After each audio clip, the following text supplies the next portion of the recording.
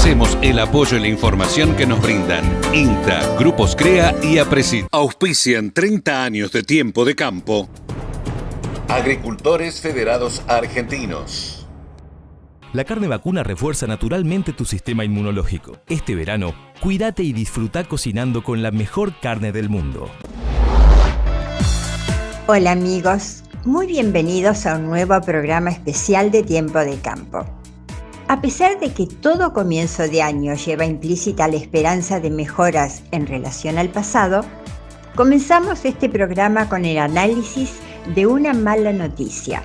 En forma imprevista, el Gobierno Nacional decidió suspender los registros de exportación de maíz, una medida que causó gran malestar en el sector.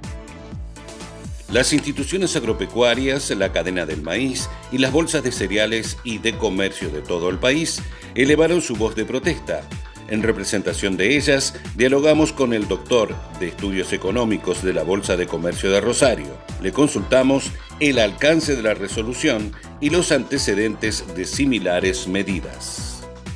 Las bolsas sacaron un comunicado el día sábado donde le informan al gobierno la preocupación porque creen que estas medidas que distorsionan los mercados, que generan de alguna manera que productores puedan llegar a querer vender el maíz y encontrarse con precios que no son los convenientes o encontrarse directamente con la falta de presencia de los exportadores, son medidas que van a perjudicar al productor y a la larga en las próximas decisiones de inversión puede hacer que muchos productores no quieran sembrar el maíz o quieran sembrar menos maíz y hacer más soja. Las bolsas expresaron esa preocupación en el comunicado de prensa y no obstante eso, las bolsas tienen una presencia muy, muy fuerte en el Consejo Agroindustrial Argentino y estimo que en las próximas reuniones que va a haber con el gobierno, este será un tema que se va a abordar sin duda dentro en el marco del Consejo Agroindustrial y la preocupación de las bolsas van a ser tratadas también allí. Se han exportado aproximadamente 38 millones de toneladas de maíz de la presente campaña. La estimación es que fueran 38, se han exportado 34 y el gobierno decide cerrar por enero y febrero el registro de declaraciones juradas de venta al exterior bajo la idea de tratar de preservar esas 4 millones de toneladas para todo lo que tiene que ver con las cadenas de valor que lo utilizan al maíz como insumo. Estamos hablando de pollo, carnes, leche y otros productos. El gobierno sostiene que de esta manera al cerrar va a ir viendo cómo evolucionan las compras y las ventas dentro del mercado y puede llegar en algún momento a volver a abrir las exportaciones. Desde el año 2008-2009 en adelante hasta el año 2014-2015 hubo restricciones a las exportaciones en distintos mercados, entre los cuales estuvieron el trigo y el maíz.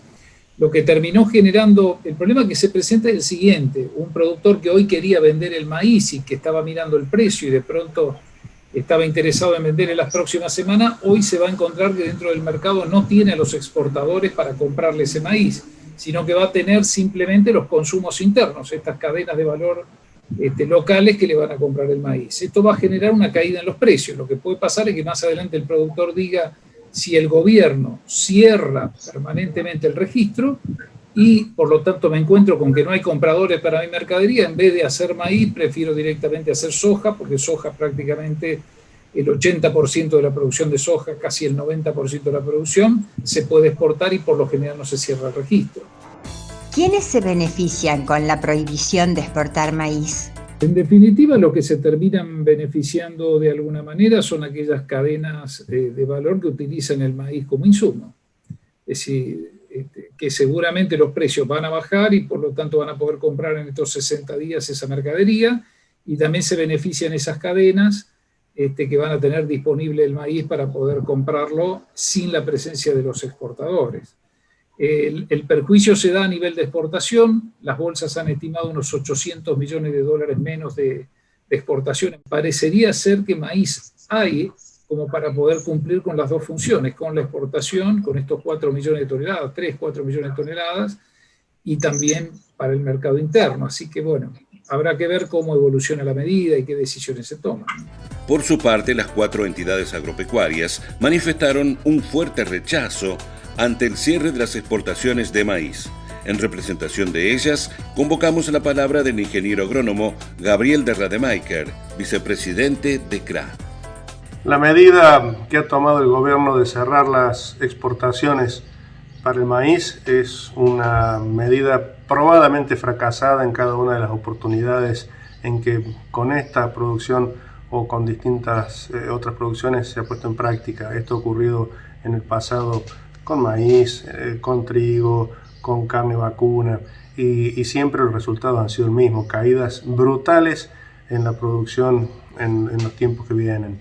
De modo que si el gobierno pretendía con esta medida cuidar la mesa de los argentinos, lo que va a lograr es justamente lo contrario, es producir el desabastecimiento por desincentivo de la producción. Aquí había múltiples alternativas para organizar el abastecimiento y asegurar el abastecimiento interno de maíz, que era sentarse a conversar con todos los integrantes de la cadena agroindustrial y de esa manera asegurar a través del diálogo y la negociación el abastecimiento para el mercado interno. Pero este tipo de intervenciones distorsivas lo único que generan es desconfianza y una caída brutal en la producción, porque el productor, al ver desaparecer la posibilidad de vender su mercadería, su producto, lógicamente buscará otra alternativa de producción, y esto genera problemas de sustentabilidad en toda la cadena. ¿Cuáles pueden ser las opciones a futuro? Y el gobierno va a tener que dar, sin lugar a dudas, un mensaje muy claro de que este tipo de situaciones no se va a volver a repetir, porque de lo contrario vamos a entrar en crisis productivas muy fuertes y sin lugar a dudas en un escenario de enfrentamiento nuevamente entre la producción y el gobierno nacional. Una vuelta de página y nos centramos en un problema recurrente para la agricultura: las malezas. La empresa Spraytec Fertilizantes organizó sobre fines del año pasado una charla virtual: malezas, cultivo de servicios y preemergentes, ¿son una solución? A cargo de un experto, el ingeniero agrónomo Marcelo Metzler. Ante la importancia del tema, convocamos al mencionado profesional para compartir conceptos básicos sobre los beneficios de los cultivos de cobertura o de servicios. Respecto a los cultivos de cobertura, realmente son un beneficio muy importante para el manejo de malezas, porque está probado que disminuyen la cantidad de aplicación de activos, sobre todo de herbicidas, o sea que realmente dan una respuesta y son una ayuda, una colaboración para disminuir sobre todo la utilización de herbicidas, por lo tanto se disminuye el impacto ambiental al disminuir la utilización de los mismos. Pero también no solamente veamos el aspecto que tienen, es el beneficio que tienen respecto al manejo y control de malezas, sino también mejoran la estructura del suelo, la fertilidad, fijan biológicamente nitrógeno, mejoran la relación carbono-nitrógeno, mejoran la estructura del suelo. Tiene una serie de beneficios que es muy importante. Obviamente no vamos a prescindir de los herbicidas, sino que van a dar una mano, una ayuda a los herbicidas para que disminuyan, digamos, sobre todo la utilización de los mismos. Esos son los beneficios que tienen. Básicamente estos herbicidas, estos cultivos de cobertura, y su uso está creciendo en importancia, en relevancia en las diferentes zonas agrícolas del país. Cabe consultar cuáles son los cultivos de servicios más utilizados.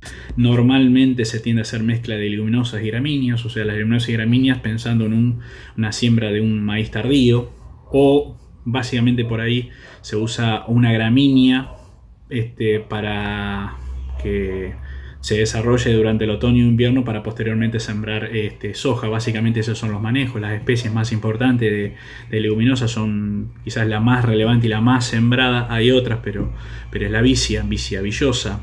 Las gramíneas están en torno de lo que es cebada, centeno,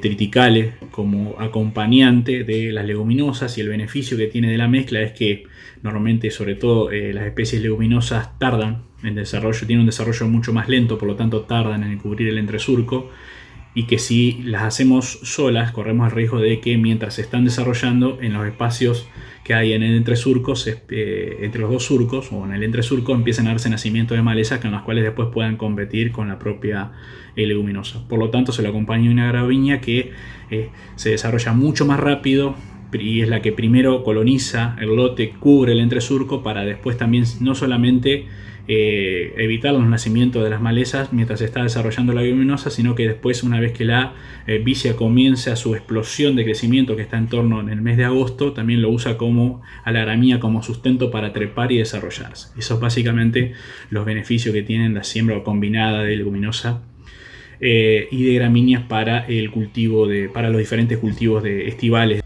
En el camino hacia una agricultura sustentable, el cultivo de cobertura, además de proteger el suelo y competir con las malezas, se valorizan al ser utilizados en sistemas mixtos, en donde pueden convertirse en carne. Está estudiado que son necesarios unos 5.000 kilos de materia seca para controlar de manera importante en un 70, un 80% el nacimiento de malezas. Por lo tanto, aquellos cultivos de cobertura que generan una biomasa superior, por ejemplo 8.000 kilos de materia seca, esos 3.000 o 3.500 kilos de materia seca que entre comillas están sobrando, se les puede realizar algún tipo de explotación, por ejemplo de pastoreo. Hay algunos trabajos que están haciendo algunas instituciones y nosotros también estamos por ahí evaluando algunas alternativas con pastoreos que permitan aprovechar, en el caso de una explotación mixta ganadero-agrícola, explotar esos pastoreos para obviamente la alimentación del ganado vacuno, y con bastante buenos resultados. A su vez, otro efecto que tienen los cultivos de cobertura, sobre todo las gramíneas, es que cuando son cortadas o entre comillas pastoreadas, eso induce a la segregación de algunas sustancias a nivel de raíces, que esas sustancias inhiben también disminuyen los nacimientos de otras especies vegetales, por ejemplo las malezas.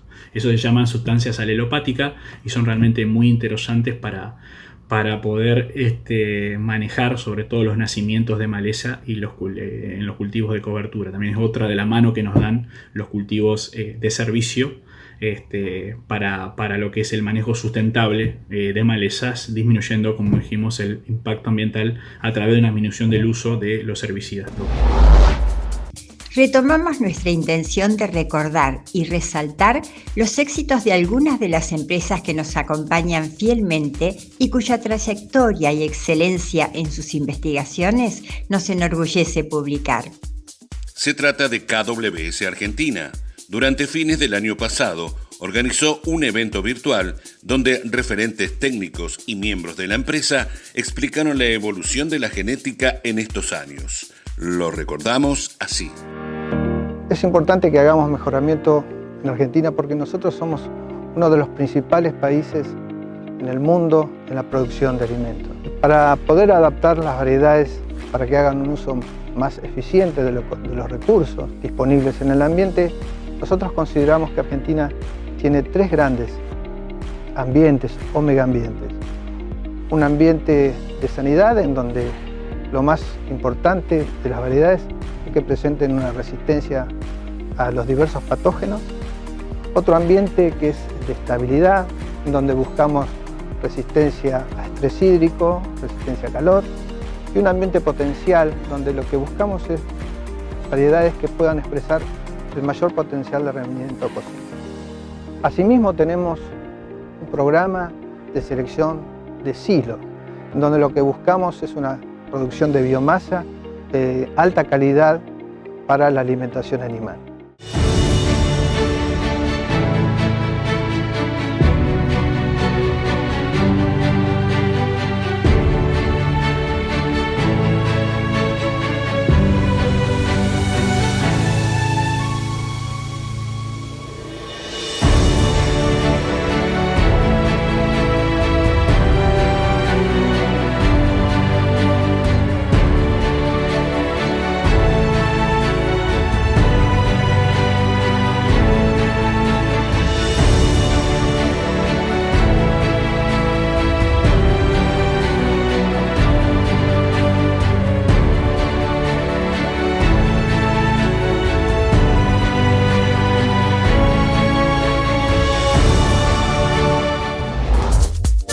Y llegamos al final de este espacio. Muchísimas gracias por habernos acompañado una vez más y los invitamos a un nuevo Tiempo de Campo en 7 días a esta misma hora y por este canal. Les deseamos un excelente fin de semana.